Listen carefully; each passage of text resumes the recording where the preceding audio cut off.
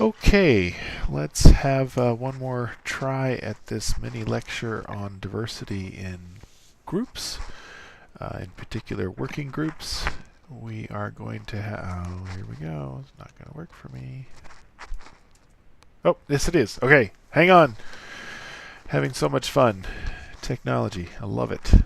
So anyway, this is a quick capture of the material that I had hoped to share with you on week 12, and life is kind of interesting and crazy, and it got away from me, and so I'm offering this small portion of a lecture as extra credit. So I don't want to hold you accountable for stuff that I'm delivering so late, but if you do want to watch this short lecture and also review the portion of chapter 12 on what makes groups productive, please do that, and you possibly can pick up 9 extra credit points. If you feel like your grade is solid or it's right in the middle of a grading distribution, then and 9 points isn't going to help you, then don't bother with this. But on the other hand, you feel like you're pretty close to a top end of a grade category. We have 1,000 points in the course, and you feel like you got a good chance to bump up into the next grade category, then by all means go ahead and watch this and review that material in chapter 12. So the interesting question for you to kind of think about is, no doubt in your work here at the university or your work in your place of employment, you at times have to work in diverse groups, and think about the challenges that are there that social psychology might identify, and also some assets. So this brief lecture will highlight some of that material.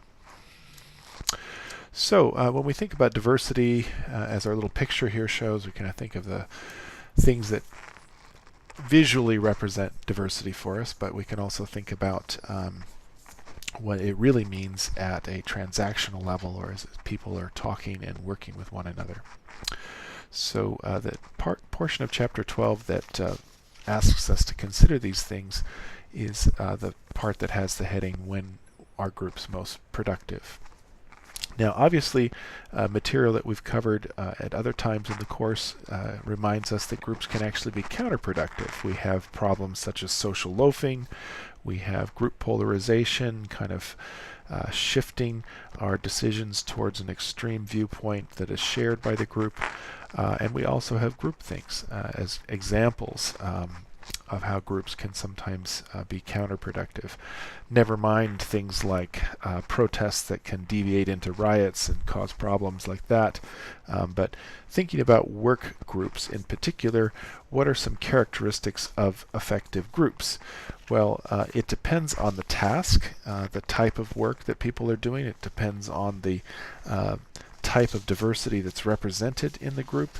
And the thing that I would highlight for you is that for groups to be most productive, and particularly in relation to diversity, groups are most productive when individual group members are able to contribute unique and ideally complementary knowledge, skills, and perspectives that are relevant to the task that the group is working on.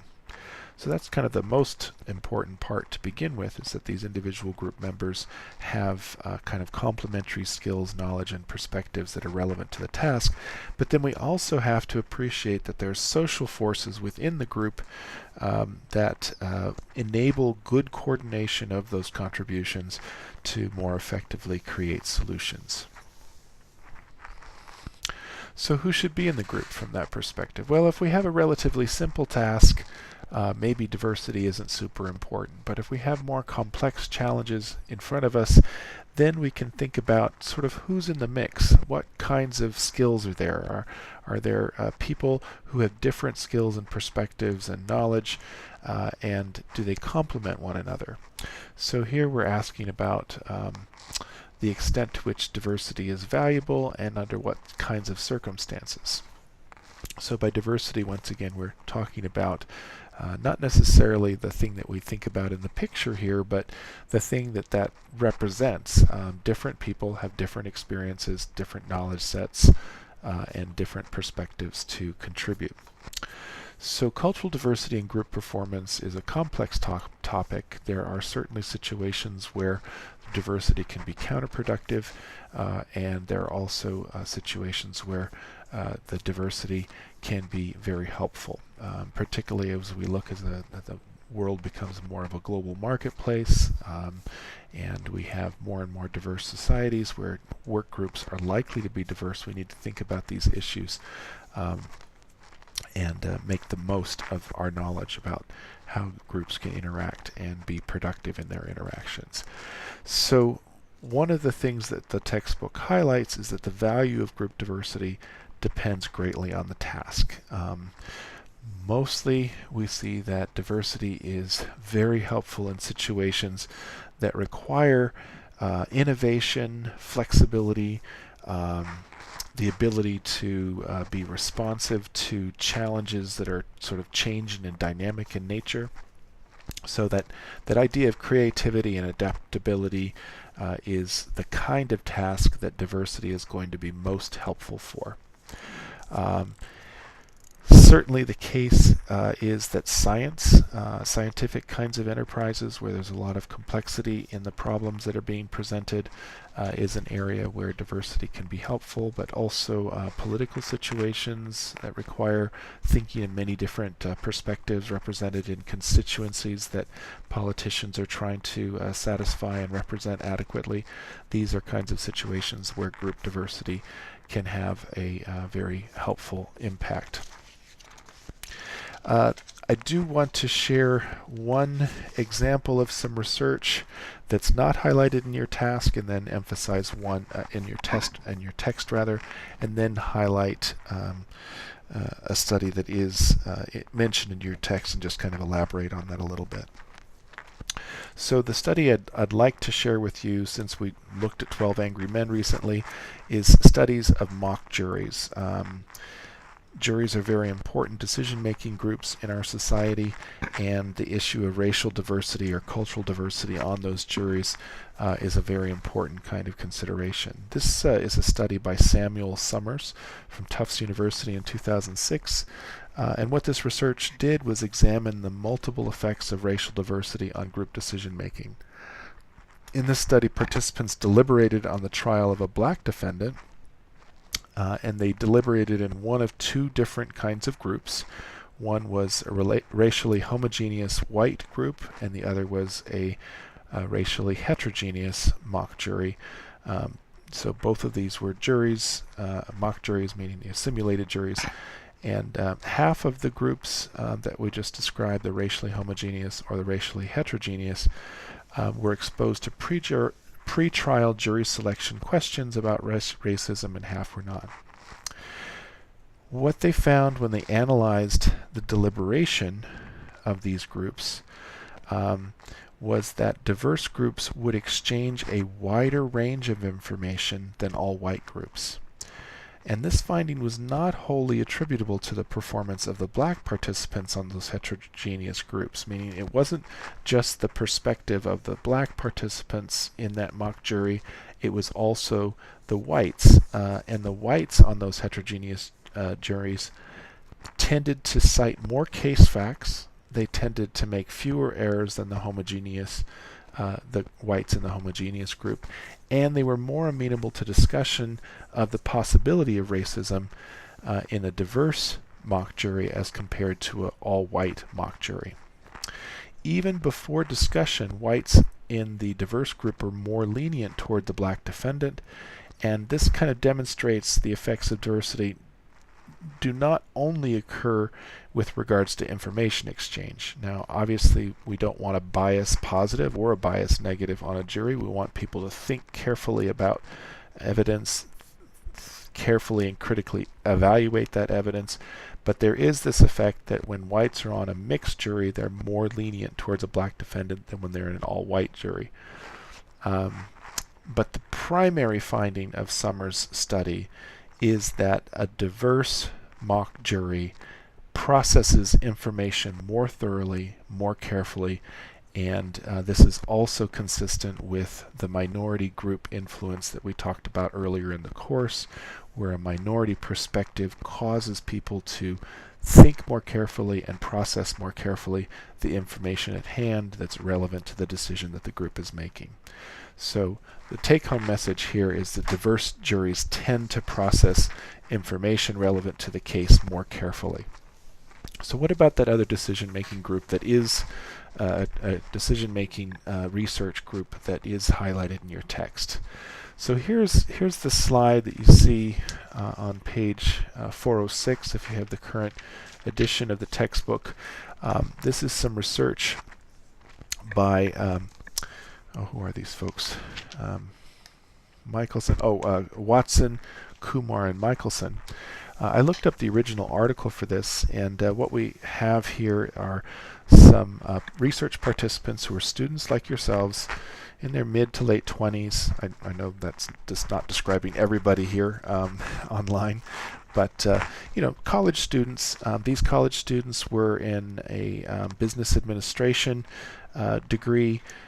These management students were assigned to work together in either an ethnically homogeneous, all-white group or in ethnically diverse groups. So they're experimentally assigned in their college courses to one or the other type of group, and then these groups had to perform a task based on providing a structural and critical analysis of a case study of a situation that was previously faced by an actual business. So their business administration professors had selected some case studies from actual business problems, challenges that business had faced before, and the primary tasks set for these students in these groups were 4 parts.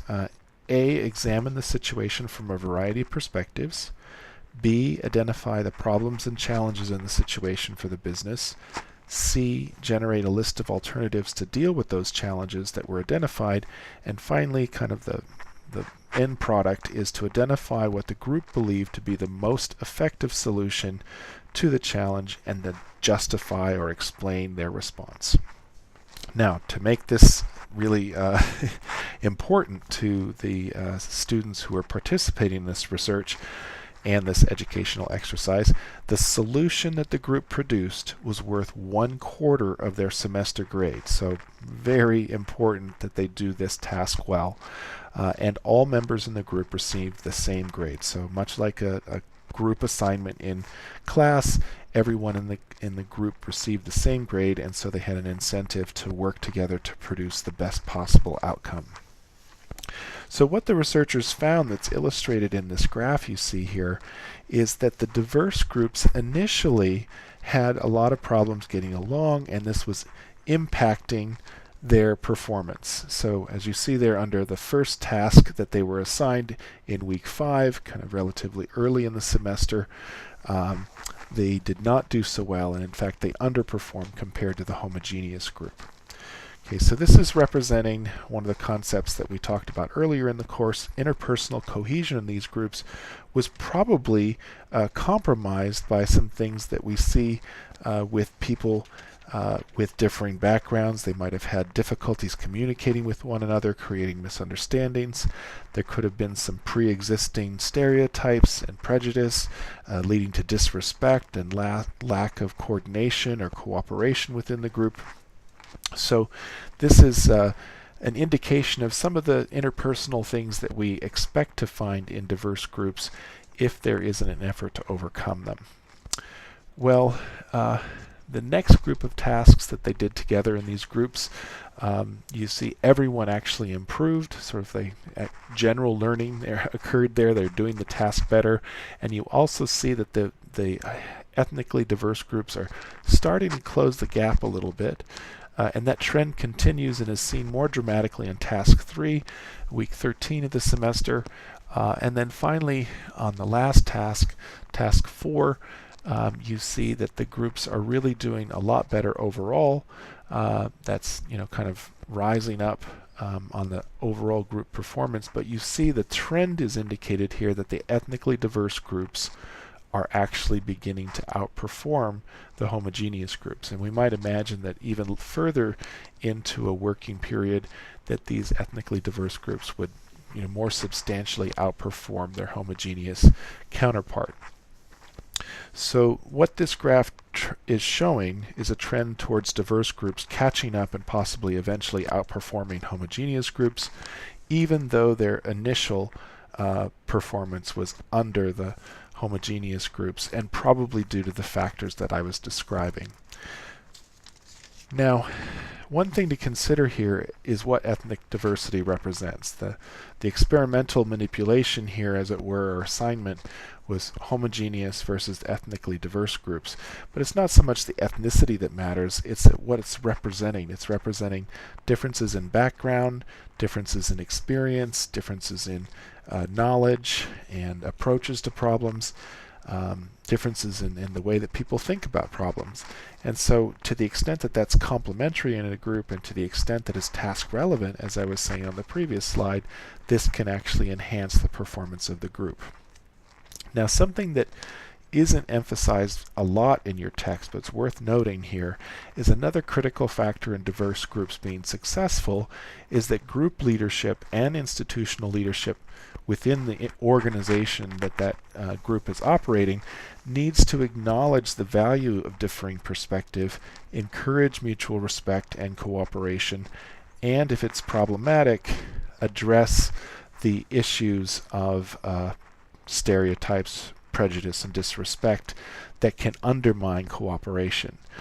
So to the extent that leadership is supportive of collaboration and mutual respect, and you have the diversity of perspectives, skills, and knowledge, then heterogeneous, diverse groups can outperform homogeneous groups, particularly on tasks that require creativity, complex problem solving, flexibility, these kinds of things. So there are definitely some costs and challenges associated with diverse groups, but definitely some assets or benefits associated with them, particularly for certain kinds of tasks.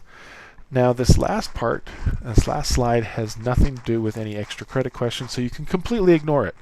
But for the sake of connecting social psychology to your life, which is what I like to do, I just want to share some information about a lack of diversity that's particularly relevant in some recent phenomenon that were observed and no doubt you're familiar with. So lack of diversity and the consequences of online echo chambers. So if you've been paying attention, you've probably heard of this concept of echo chambers. Essentially what we're talking about here is that idea of group polarization that we talked about earlier in the course occurring online. So you have through the mechanisms of how Facebook operates and how search engines operate and how advertising operates on the internet, forces that contribute to channeling people towards forums and discussions and sharing of information that is similar to what the person already believes or thinks about or has opinions about. So essentially, as you may remember from earlier in the course, group polarization studies get a small group of people together to discuss a topic, and then they get a baseline indication of where that group stands in relation to the topic at hand, what their basic tendency or leaning is on regards to that topic. And then they show that after discussion, there's a process by which the initial leaning becomes more extreme or polarized.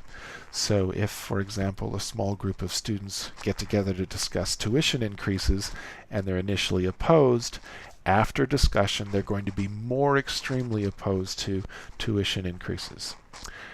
Reasons being is they will hear more and more evidence from the discussion that is supportive of the idea of being opposed to tuition increases. So there's a process of informational influence. They'll hear more and more reasons why tuition increases are a bad idea.